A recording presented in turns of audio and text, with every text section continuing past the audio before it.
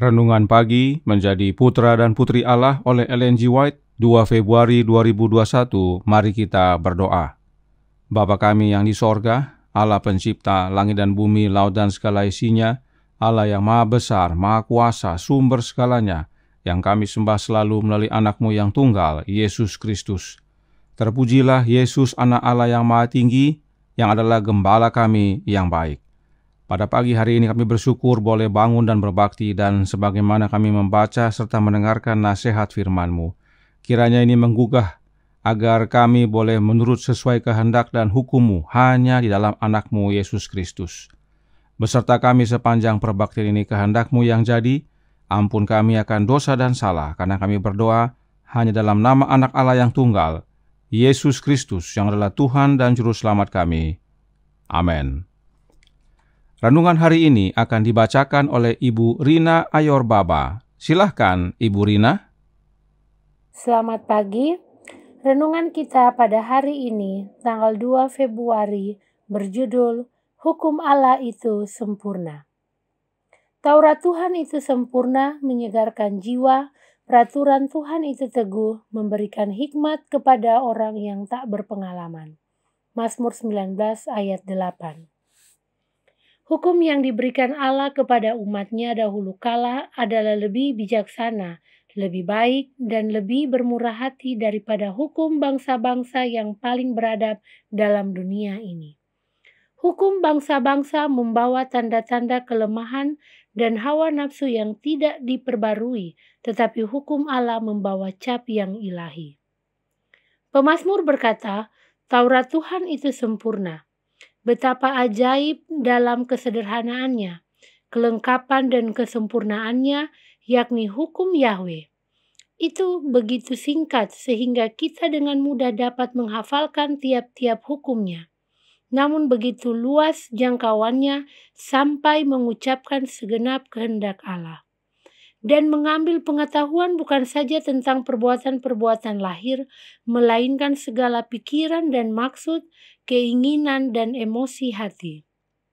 Hukum manusia tidak dapat melakukan ini. Hukum-hukum manusia hanya dapat bertindak dengan perbuatan-perbuatan lahir saja. Seorang boleh jadi adalah seorang pelanggar, namun menyembunyikan segala perbuatannya yang salah dari pandangan manusia, boleh jadi ia seorang penjahat, seorang pencuri, seorang pembunuh, atau seorang yang berbuat zina, tetapi selama ia tidak kedapatan, hukum tidak dapat menyalahkan dia sebagai yang bersalah. Hukum Allah itu sederhana dan mudah dimengerti.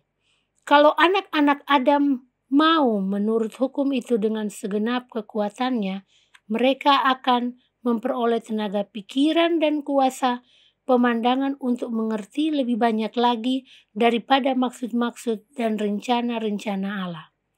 Maka kemajuan ini akan diteruskan bukan saja hanya pada waktu hidup di dunia ini, melainkan pada waktu zaman yang kekal. Karena betapa jauh pun mungkin ia maju dalam pengetahuan akan hikmat dan kuasa Allah, masih tetap ada yang tidak terbatas di seberang sana. Oleh karena Taurat Tuhan itu sempurna, segala perubahan daripadanya pastilah kejahatan. Penurutan adalah satu-satunya syarat atas mana Israel dahulu kala akan menerima kegenapan segala perjanjian yang membuat mereka umat Allah yang sangat dicintai, dan penurutan kepada hukum itu akan membawa berkat-berkat yang besar kepada individu dan bangsa-bangsa dewasa ini sebagaimana pada bangsa Ibrani. Terima kasih. Terima kasih atas penata layanan Ibu Rina. Tuhan Yesus memberkati. Selamat pagi, saudaraku dalam Tuhan. Mengapa hukum Allah itu sempurna? Khotbah di atas bukit halaman 64 paragraf 3 berkata, hukum Allah itu suci sebagaimana Dia suci, sempurna sebagaimana Dia sempurna. Hukum Allah itu sempurna karena Allah itu sempurna. Sebab hukum Allah itu adalah salinan karakternya. Kemudian dalam suratnya nomor 89 tahun 1898, paragraf 16, Nyonya White menyatakan, Dia, yaitu Yesus, mengajarkan bahwa hukum Allah itu sempurna, mengubahkan jiwa. Hukum Allah itu sempurna karena itu mengubahkan jiwa. Karenanya, menuruti hukum Allah harus dalam kesempurnaan. Nyonya White melanjutkan dalam Signs of the Times April 15 tahun 1886 paragraf 8 yang berbunyi, hukum menuntut penurutan yang sempurna, sebab barang siapa menuruti seluruh hukum itu tetapi mengabaikan satu bagian daripadanya, ia bersalah terhadap seluruhnya. Tidak satu pun dari 10 perintah itu dapat dilanggar tanpa ketidaksetiaan kepada Allah yang di sorga. Allah adalah sempurna, karakternya adalah sempurna, karenanya hukumnya adalah sempurna, dan dalam menuruti hukumnya dituntut penurutan yang sempurna. Apakah kita manusia bisa? Tidak bisa. Karenanya perlu ada hubungan yang sempurna antara hukum Allah yang sempurna dengan Injil Yesus Kristus. Mind, Character and Personality Volume 2 halaman 563 paragraf 2 menjelaskan, ada keharmonisan yang sempurna antara hukum Allah dan Injil Yesus Kristus. Aku dan Bapa adalah satu, kata Guru Agung. Injil Kristus adalah kabar baik tentang kasih karunia atau kebaikan yang dengannya manusia dapat dibebaskan dari hukuman dosa dan dimampukan untuk memberi penurutan pada hukum Allah. Kita, manusia berdosa, tidak mampu untuk menghidupkan penurutan yang sempurna kepada hukum Allah yang sempurna.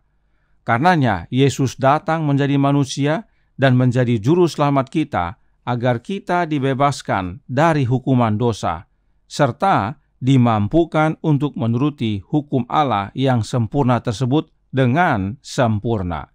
Dan tidak hanya itu, Yesus juga datang untuk memberikan teladan penurutan.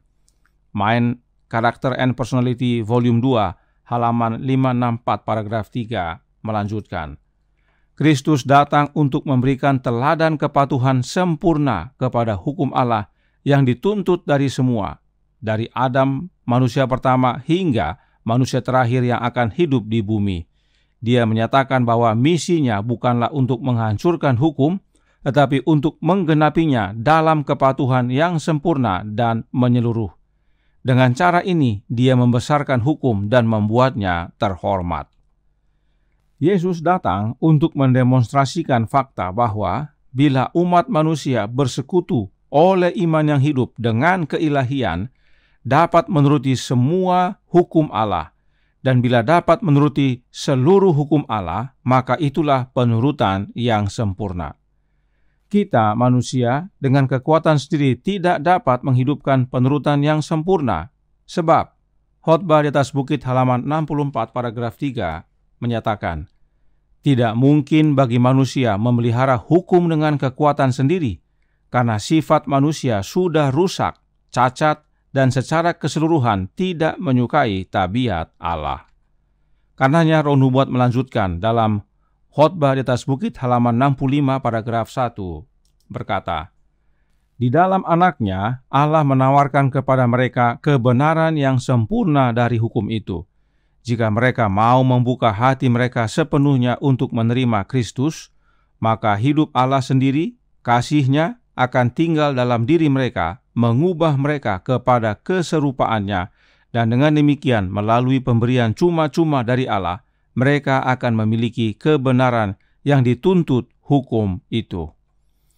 Jadi, saudaraku dalam Tuhan, hukum Allah, yaitu hukum milik Bapa, adalah sempurna. Karena Allah Bapa adalah sempurna. Karenanya, dalam menurutinya dituntut penurutan yang sempurna. Bagaimana caranya?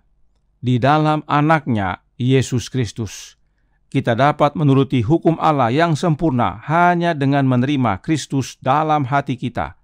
Buka pintu hati kita agar Yesus masuk, maka hidup Allah Bapa menjadi bagian kita, sebab hidup Bapa, yaitu Roh-Nya Bapa, ada di dalam Anaknya. Dan hanya satu jalan kepada Bapa, yaitu Anaknya, Yesus Kristus. Karenanya, saudaraku dalam Tuhan, The Review and Herald, Mei 26, tahun 1904, artikel A, paragraf 6, menyatakan, Kita tidak bisa hidup tanpa kehadiran Kristus, karena kesempurnaan karakter hanya datang melalui karunia kebenarannya. Ingat saudaraku dalam Tuhan bahwa hukum Allah adalah salinan karakter Allah, dan itu dapat kita hidupkan dengan sempurna hanya di dalam anaknya, Yesus Kristus.